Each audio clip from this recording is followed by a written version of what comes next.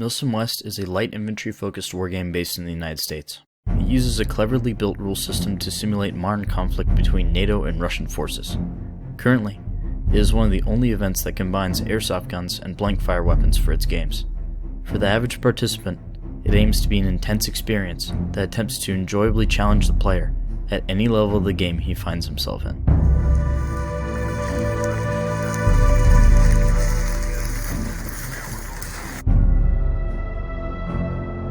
A major part of Milsim West's gameplay is that it's based around military organization at the company level.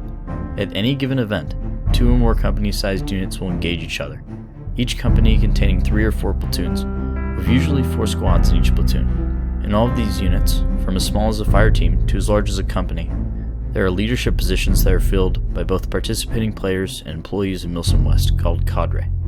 The cadre are all military veterans and nearly all have combat experience. They act as both company commanders on both sides, as well as platoon sergeants in all platoons. Cadre both orchestrate the wargame and guide the players at Milsim West. In this video, we're going to take a closer look at one of the platoons in a company, specifically the Russian platoon I led at Milsim West's Azeri front. This video intends to show the viewer how a platoon operates, and encourages you to try running a platoon at Milsim West yourself.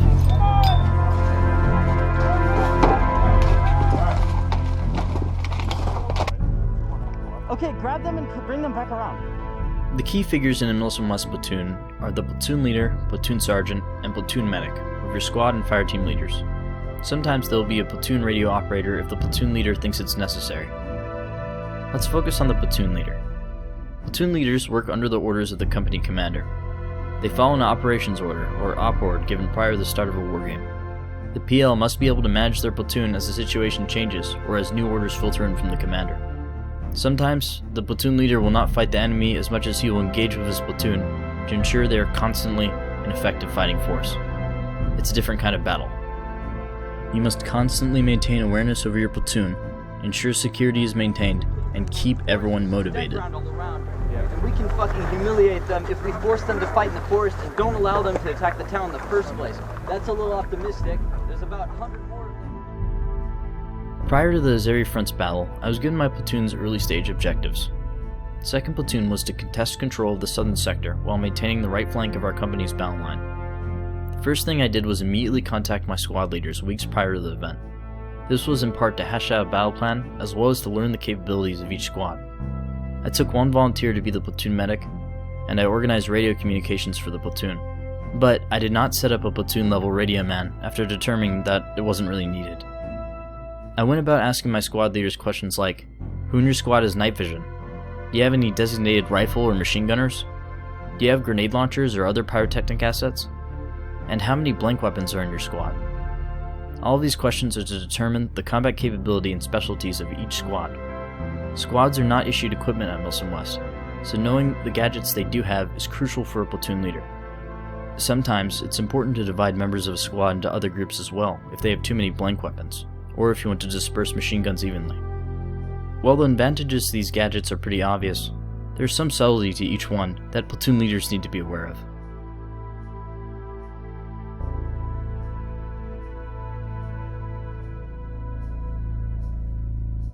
Blank fire weapons are tools of suppression at Milsim West. A player that is taking blank fire rounds is not required to call a hit, but they must react to the incoming blanks. This means that they need to use cover and keep their heads down while under fire. If a squad only has blank weapons and no airsoft weapons, an enemy squad that slings a lot of plastic can probably deal with them fairly easily, if slowly.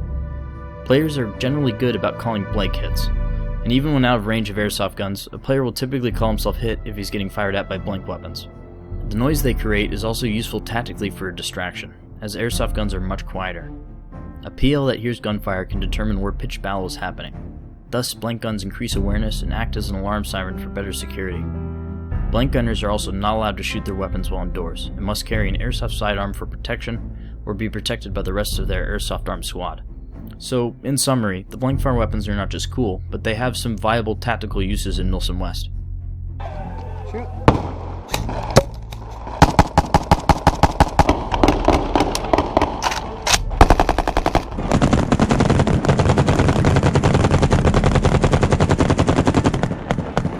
Machine gunners are also important assets and need to be spread out amongst the squads.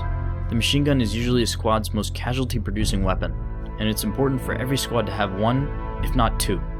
They are the only weapons that are allowed to use high-capacity airsoft magazines. They are also allowed to have higher FPS than normal rifles, and in Milsim West, a magazine cannot be emptied if a man is searched by the enemy. When a squad gets ammunition, it's important of them to load any spare or captured ammo inside their machine gunner's box magazine. That way, the enemy can't confiscate it.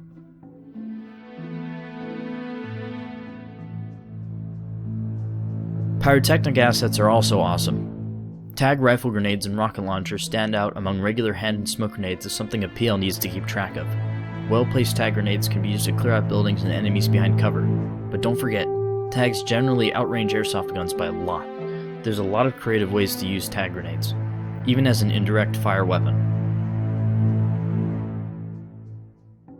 Owning the night at Milsim West is absolutely key. Whether this means providing better security for your sleeping brothers, or the ability to conduct offensive maneuvers in the darkness, a platoon leader must know what squads have greater night fighting capability. Anyone with night vision will always be motivated to use it, and striking the enemy in the darkness as he sleeps will crush his morale, and can win an entire battle during the daytime before the sun has even risen.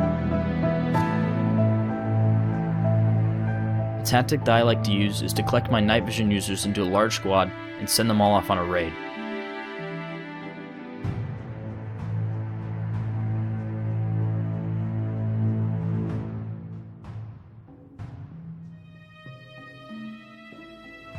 The most important thing beyond all these bullet points is communication. A platoon leader does not possess combat-effective squads if he cannot communicate with them. In general, the platoon leader, platoon sergeant, platoon medic, and the squad leaders all communicate together on the platoon level. Squads and their fire team leaders will communicate on the squad level, while the company commander, company medic, platoon leaders, and platoon sergeants communicate on the company level. At Zeri Front, I ran a pair of radios for listening at the platoon and company level simultaneously. On the platoon level, I set frequencies and backup freaks with my squad leaders. It's important to be physically with your squad leaders when setting the radios or changing freaks, in order to make sure they're working. Because Milsim West is a war game, you can also use your phones for backup communication, but make sure you turn your Snapchat location off. If all else fails, dispatch a runner to relay commands and information, or go yourself. All of these gadgets make up the squad's technology level and buff the fighting capabilities of a platoon. You need to know what assets you have, so you can use them to the fullest.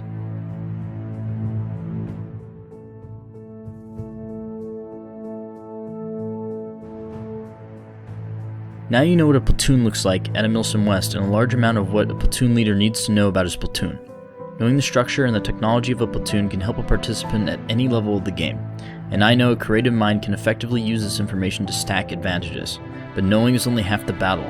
Showing you how to use squads themselves as a platoon leader for platoon attacks, defensive lines, and battle drills is beyond the scope of this video. I might make a sequel though. Feel free to leave any questions or comments. It might take me a while to respond, as I'll be fighting for my life at Saratov.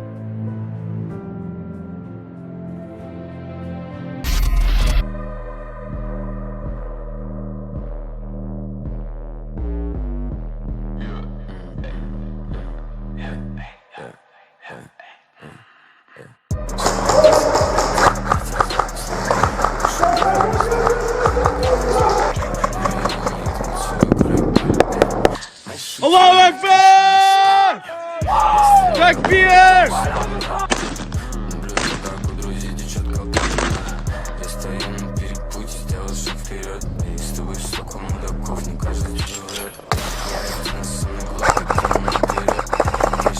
Dragovic!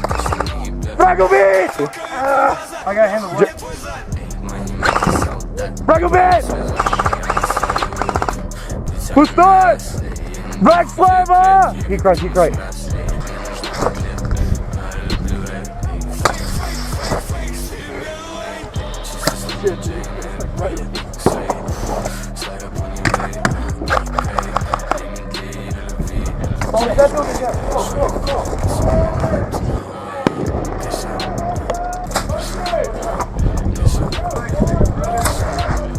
О, бля, суки! Fuck you!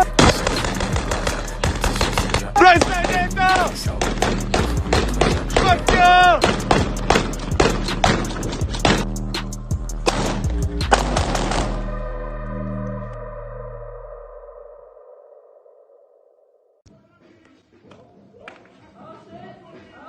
Whoa, keep going! Igor's break it down. Break it down. Stand off. Stand off. Igor and his fucking Russian friend. Oh!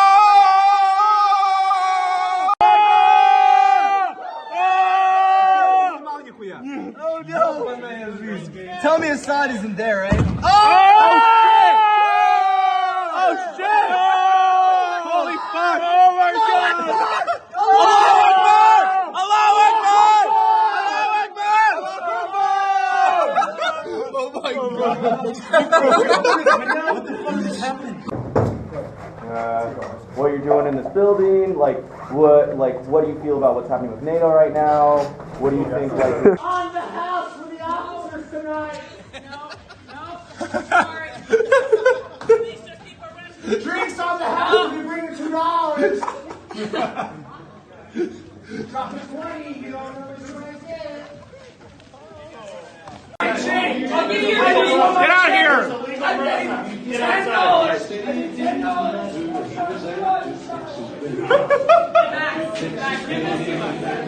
This is from Roscoe? Yeah. $2! I want my $2! oh my god!